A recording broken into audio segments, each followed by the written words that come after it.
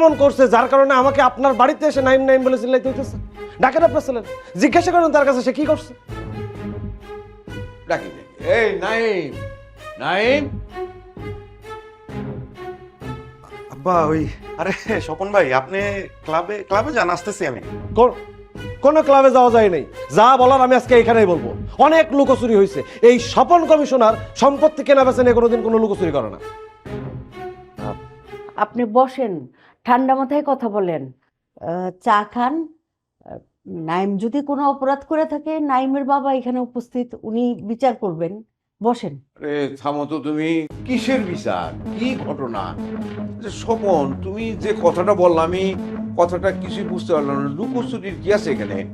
তোমার সাথে আমার সম্পত্তি নিয়ে ডিল হয়েছে একবার এই কয়েক মাস আগে।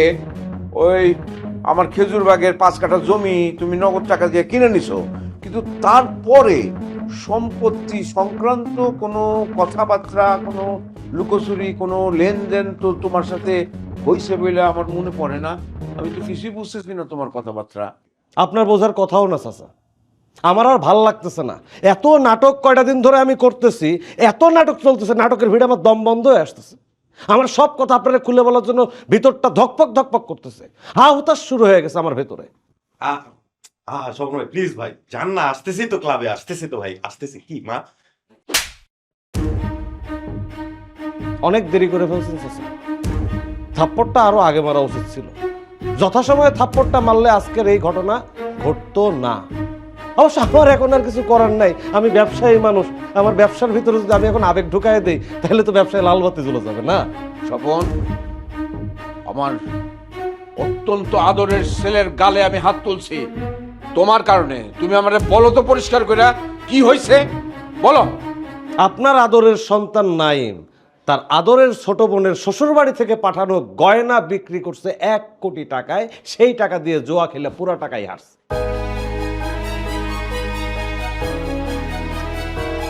আপনারে দিয়ে অল্প টাকায় জায়গা বিক্রি করাইছে আমার কাছে, সেটা হইলেও হইতো। সে বাপের জায়গা বিক্রি করে, সেইখান থেকে কমিশন খাইছে 10 লাখ টাকা, সেই টাকাও জুয়ার বোর্ডে হারছে।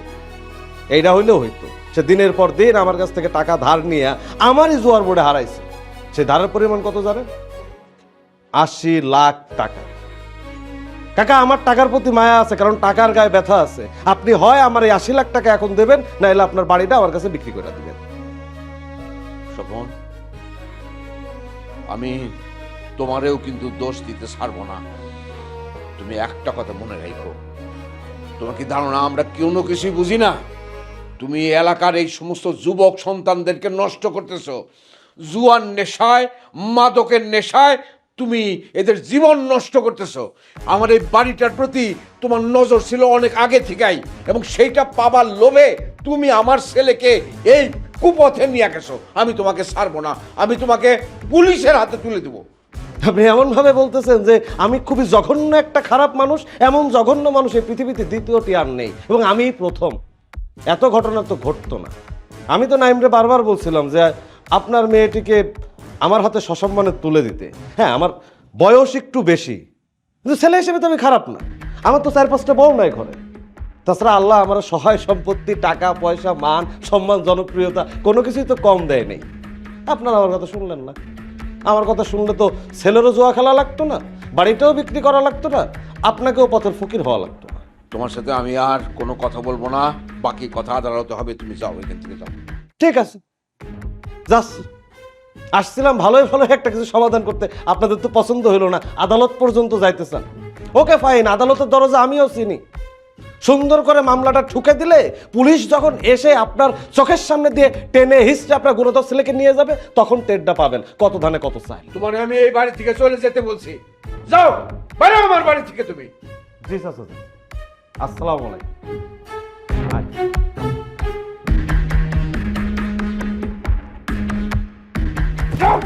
এসব কি শুনতেছি? অসুস্থ হয়ে যাবেন তো, অসুস্থ হয়ে যাবেন, থামেন তো। আম্মা থামলেন কেন আব্বা? মারেন মারেন মারেন মারেন মারেন মারেন মারেন মারেন মারেন। ছোটবেলা থেকে এ পর্যন্ত এটা তো কমন হয়ে গেছে না এই বাসা। ছোটবেলায় বড় হয়েছে আপনার হাতে মায়ের খাইতে খাইতে। আমি ভার্সিটিতে যাই, আমার সব বন্ধু বান্ধব বড় লোক। ওরা সহজে যে জিনিস পাওয়া যায় আমার সেটা হিসাব করতে হয় আব্বা, আমার সেটা হিসাব করতে হয়। বসতে গেলে হিসাব করতে হয়, খাইতে গেলে হিসাব করতে হয়, একটা স্বপ্ন দেখতে হিসাব করতে হয়। আমি লাস্ট 2টা বছর ধরে স্বপ্ন দেখতেছি আমি অস্ট্রেলিয়া যাব। আমি বলি নাই মা, আমি তো আব্বাকে বলছি আমি অস্ট্রেলিয়া যাব, বলছি তো। আব্বা একটা বারের জন্য আমার বলে নাই ঠিক আছে আমি চেষ্টা করব, তুই অস্ট্রেলিয়া যাইতে চাস আমাকে টাইম দে না, আমাকে শুধুমাত্র বলছে টাকা কোথায়, টাকা কোথায়। সেই টাকা চলে আসছে তো বোনের বিয়ের ভিতরে, তাই না?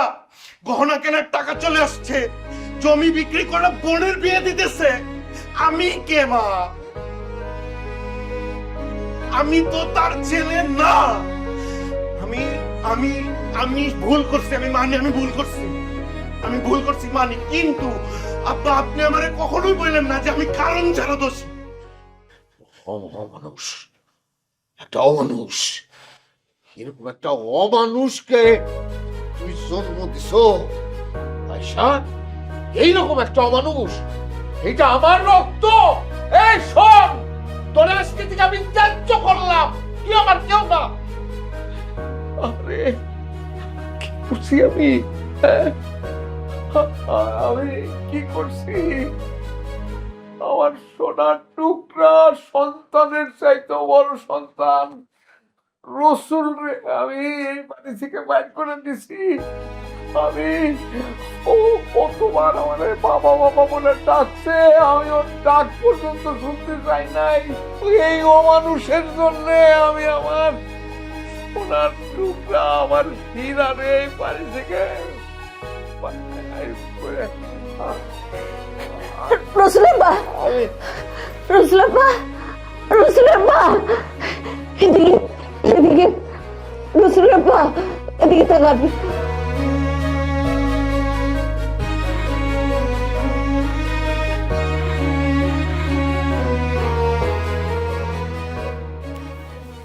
শোন বাবা, অহন যে আমার আঙুল ধরে হাঁটবি সেই বয়স আর তোর নাই। বুঝদার মানুষে বুঝাম যায় না। পৃথিবীতে একমাত্র তুই ভালো জানোস কে তোরে আসল আপন মনে করে আর কে তোর দায়সার আপন মনে করে। সম্পত্তি বিলাই দিবি ভালো কথা, কিন্তু একটা কথা মনে রাখিস বাবা, বিলাইতে গিয়া নিজে বিলীন হয়ে যাস না।